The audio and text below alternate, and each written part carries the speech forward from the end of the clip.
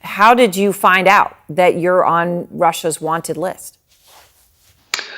Well, hello. I got several strange messages from my bank in Moscow telling me that all of a sudden I owe something like $80,000 and 75,000 euros. And I couldn't understand that until I got another message from another bank with the information that now I face a criminal investigation with the number of the case. And then it took some hours to work out and to understand that actually I am investigated by the Russian Investigative Committee, and I'm accused of spreading fake news about the war.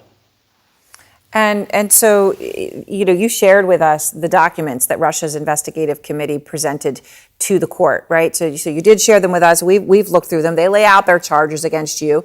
They're punishable, Andrei, but up to by going to prison.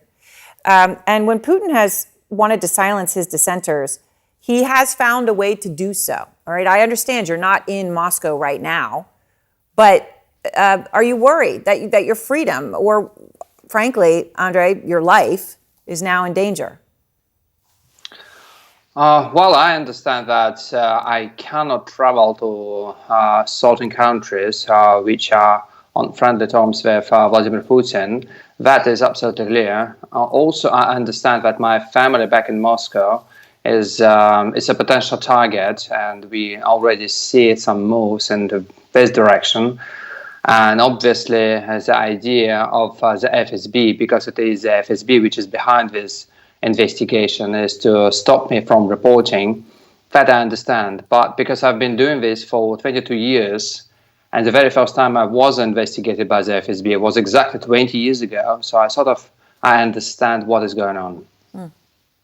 Andrei, the reason that they're targeting you and going after you right now is because of your reporting. You've done some incredible reporting on the FSB, on what's been going on in this war specifically, right? On Putin, on his strategy, on what's going on in his inner circle, on the FSB members and whether they had been detained, house arrest, all of this. And now I know you have learning more about new tactics that the FSB is using. What can you tell us about that?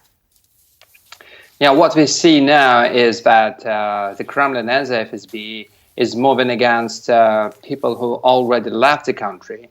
I'm not the only journalist targeted now by the Russian authorities, and all of us are now abroad. So the obvious objective of the Russian authorities is to find a way how to get us back or to silence us. And we already know that at least several families of people who left were visited by the FSB and kindly asked to contact with people who left and ask them to get back.